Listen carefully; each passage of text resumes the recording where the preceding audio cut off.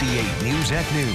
Welcome in on this Monday. I'm Mike Strela. And I'm Monserrico-san. We begin with developing news out of Milwaukee. Early this morning, 9 people were shot at Deneen Park. That's on Milwaukee's west side. The result, a teenage girl killed, 8 others shot, and another victim trampled.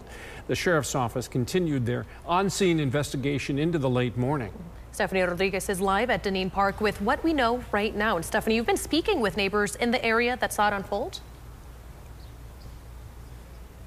Monse and Mike, yeah, they tell me there were over a dozen cars here last night and many more teenagers that scattered around the area when gunfire erupted. The Milwaukee County Sheriff's Office just cleared the scene shortly before noon. They tell us a 17-year-old girl was killed and 9 others were hurt during an impromptu car party here at Deneen Park. It was around 12:30 this morning when a verbal fight led to gunfire and at least one person called 911. Now, when they arrived, police found the teenage girl dead and 8 others shot, with one as young as 15. There was also a 19-year-old who was trampled in the aftermath. Now, Michael King lives right in front of the parking lot where it happened, and he says he watched kids running and screaming after the shots went off, with some trying to get into his and other people's homes for safety. Moments after that, you hear a loud pop, and then after that, gunfire just went off. And so I got up, opened up the door, and with chaos, everybody running every which way, that they can. Some all in my yard and behind the house and running through, the park. 2 homes were also hit by gunfire. The sheriff's office says all of the shooting victims are stable today except for one 18-year-old male who is in critical condition. Now, King tells me that a similar car party happened here on Saturday night at Deneen Park, which is supposed to close at 10 p.m. The Milwaukee County Sheriff's Office continues their investigation. It's ongoing, and they're looking for suspects and a motive. Live in Milwaukee, Stephanie Rodriguez, CBS 58 News. Stephanie, thank you. A separate shooting in Milwaukee has left a 45-year-old dead. Gunfire erupted Sunday evening just before 5:30 near 40th and West Chambers Street. MPD says a 21-year-old man has been arrested and charges are now pending. And just before 11, a 37-year-old was killed in a shooting near Keefe and North Teutonia. Police continuing to search for suspects in this case. If you have any information, you are urged to contact Milwaukee Police or stay anonymous by contacting Milwaukee Crime Stoppers. You can submit a tip by calling 414-224-TIPS or use the P3 app.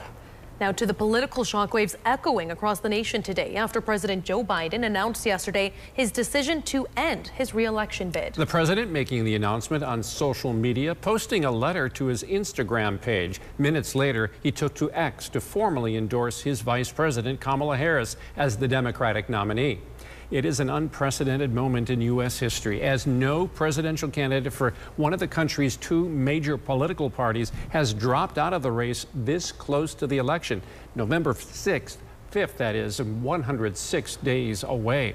The president's monumental decision to bow out of the race punctuates weeks of mounting pressure following his disastrous debate performance. And with Harris now seeking the Democratic nomination, her election efforts are already in full swing, raising nearly $50 million in just the last 24 hours. For more, we turn now to CBS's Nicole Sganga from Washington, D.C. Vice President Kamala Harris made her first public appearance at the White House since announcing she would enter the race for the Democratic presidential nomination. And I wanted to say a few words about our president. Joe Biden's legacy of accomplishment over the past 3 years is unmatched. A growing list of Democrats have thrown their weight behind Harris. She has been a strong leader on the national stage. She is someone that's going to be a unique candidate when she goes up against Donald Trump. It comes after President Biden made the momentous decision Sunday not to seek re-election. In a letter posted online, he wrote, "It is in the best interest of my party and the country for me to stand down and focus solely on fulfilling my duties as president for the remainder of my term." Harris can't officially become the nominee until more than 4,600 Democratic National Convention delegates have their say.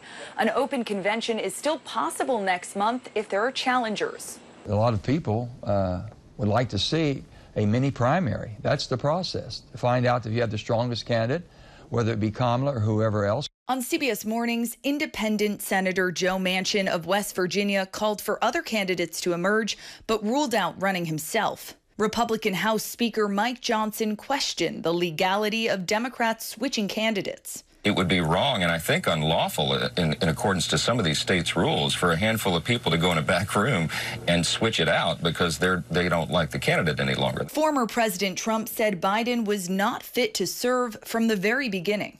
Harris's campaign says it took in nearly $50 million from grassroots supporters Sunday.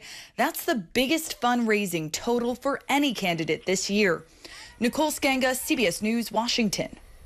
As Vice President Harris seeks the nomination, some are wondering who she might choose as a running mate. On your screen here is a list of possible options, including swing state governors like North Carolina's Roy Cooper, Josh Shapiro of Pennsylvania, and Andy Beshear of Kentucky, who sources say Harris spoke with on the phone yesterday. Meanwhile, the vice president is set to land in Milwaukee tomorrow. It's a visit that has taken on new significance since Sunday's developments. Details on her visit have yet to be announced. Ahead of the vice president's stop, Milwaukee Mayor Cavalier Johnson issuing a statement on the president's decision, saying Joe has given Kamala Harris his unwavering endorsement to carry the mantle of our party into the November 5th election and to serve every citizen of our country. I'll now focus my attention to make sure that we elect Kamala Harris to be the next president of the United States. We're also hearing from Governor Tony Evers, who said, quote, President Biden is a leader who's always chosen unity over division, people over politics, selflessness over selfishness, and decency and respect over cruelty and retribution. And that's as evident today as it has been throughout each day of his decades of public service. Meanwhile, reactions are also pouring in from world leaders today. Allies are rallying behind the president and his decision, while some overseas adversaries are offering a more critical response. CBS's Leah Mishkin has the story. Biden has ended his bid for a second presidential term. Joe Biden is out of the race. It's the headline buzzing around the globe, a decision many world leaders are commending. From the British Prime Minister, I respect the decision that he has now made. Not an easy decision, but a decision that I know that he will have arrived at, taking into account the best interests of the American people. To the German chancellor, who echoed that President Biden's decision deserves respect. Israeli Prime Minister Benjamin Netanyahu offered his thoughts before boarding a flight to Washington, where he'll address Congress and is set to meet with both Biden and Vice President Harris.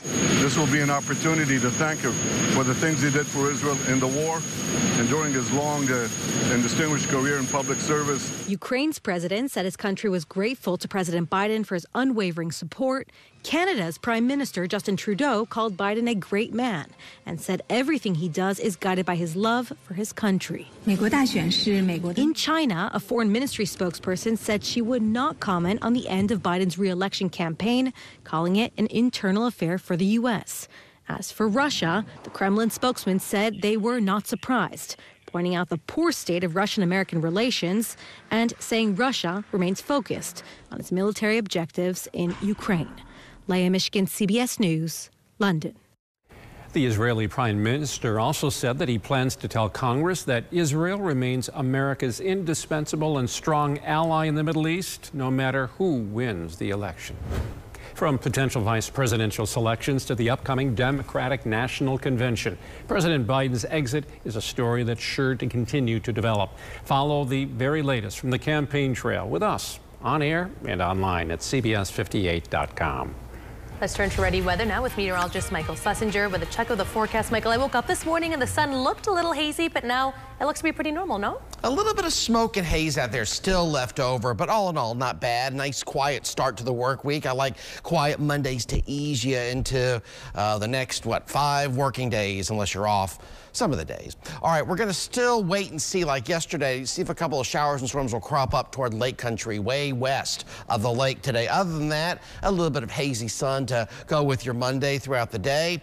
Temperatures were around 75 to 80, not bad at all. You hone in 77, a lot of them, Watertown and Fort Atkinson, also toward West Bend. Dew point numbers below 60 for most of us, so it feels rather comfortable. These numbers will start to climb as we get into the next couple of days. Big air show in Oshkosh. We have it every year. Day one will be in the low 80s here. There's a cool balloon glow around dusk. Grab the sunscreen, maybe the visor, the sunglasses, all that good stuff. It should stay dry. We'll take this forecast going to another weekend. It is a busy weekend in Milwaukee, including the air and water show. We'll talk more in a few minutes. Thank you, Michael. Still ahead, just over a week since the failed assassination attempt on former President Donald Trump, the Secret Service director is testifying on Capitol Hill. Her message to lawmakers. And while much of the country saw some relief at the pump, gas prices in the Milwaukee area are on the rise. What experts say is behind the trend coming up.